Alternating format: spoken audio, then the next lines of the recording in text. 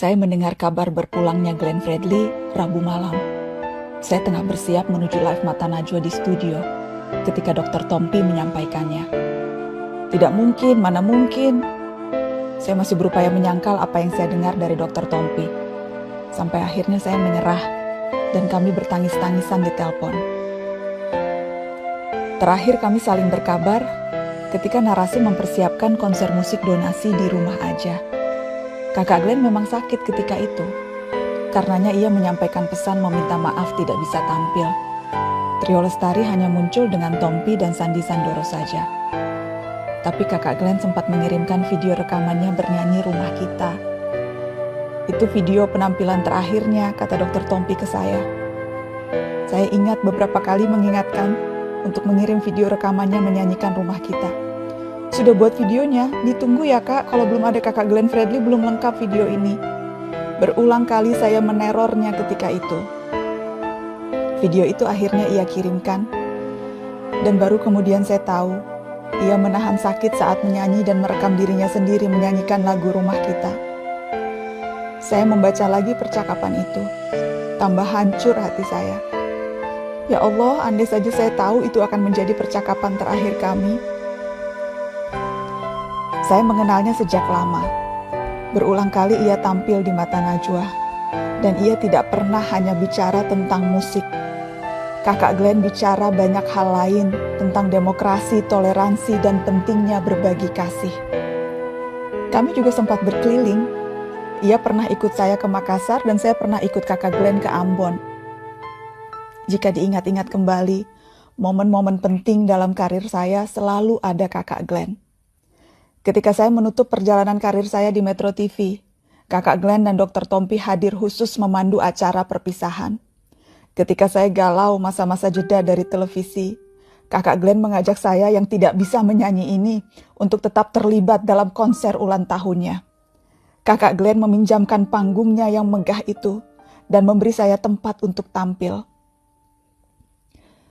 Ketika saya memutuskan memulai perjalanan baru membangun narasi, kakak Glenn juga salah seorang pertama yang tanpa pikir panjang mengatakan siap bergabung. Bermodal nekat, saya memberanikan diri melamar seorang Glenn Fredly, memintanya membuat program khusus bersama Dr. Tompi di Narasi.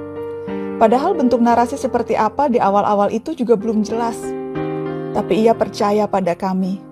Sedemikian percayanya sehingga membatalkan rencananya membuat program serupa di televisi nasional dan memilih Narasi sebagai rumah barunya. Ia sangat populer sebagai musikus yang menembangkan cinta. Lagu-lagu syahdunya minimal pernah didengar sekali dalam seumur hidup oleh penduduk Indonesia manapun. Bagi banyak kaum muda, salah satu atau dua lagu kakak Glenn akan mengingatkan mereka pada satu fase dari masa muda yang mengharu biru. Suaranya menemani banyak dari kita melewati hari-hari yang sulit ataupun baik. Tapi percayalah, hayat dan karya kakak Glenn bukan cuma tentang cinta dalam pengertian romansa. Pada awal dan pada akhirnya, cinta dalam hayat dan karya kakak Glenn adalah tentang kemanusiaan. Saya pernah mengajak kakak Glenn tampil di Syihab Syihab bersama Abi Quraish Syihab. Ketika itu bulan Ramadan, kami bertiga hadir di Masjid Bait Al-Quran, menunggu berbuka puasa sambil berbincang tentang keberagaman dan kemanusiaan. Sesuatu yang selalu dipegangnya sejak kecil, karena ia kerap diajarkan bahwa semua kita bersaudara tanpa melihat latar belakang agama. Ia bahkan pernah menjadi produser dan menulis lagu album musik bernafaskan Islam yang bertajuk Hidayah. Dia adalah sahabat kaum marginal, dari soal GKI Yasmin, petani kendeng, warga Tanjung Benoa dan Aru, keluarga Tapol Maluku dan Papua, dan banyak lagi. Ia adalah pembela hak asasi manusia yang gigih walau tanpa banyak orasi. Para aktivis bisa memberi kesaksian yang terang benderang soal satu ini. Dan sekali lagi tentang cinta dalam kehidupan kakak Glenn, mungkin Indonesia Timur adalah cinta terbesarnya. Ia kerap bicara soal kesenjangan yang ia lihat di kampung halamannya di Indonesia Timur. Tidak, ini bukan tentang Ambon atau Maluku yang merupakan tanah kelahirannya belaka, tapi seluruh tanjung dan selat pantai dan bukit, hutan dan desa-desa di seluruh pelosok timur Indonesia. Berkali-kali di setiap kesempatan ia tak pernah lelah berbicara tentang timur Indonesia. Dengan caranya sendiri ia selalu mengingatkan kita bahwa Indonesia bukan hanya Jakarta atau Pulau Jawa. Glenn Fredly adalah juru bicara dengan suara paling indah tentang keberagaman Indonesia dan betapa keberagaman itu masih timpang di sana-sini. Dan tugas kita bersama untuk memperbaikinya dengan segala cara yang kita bisa.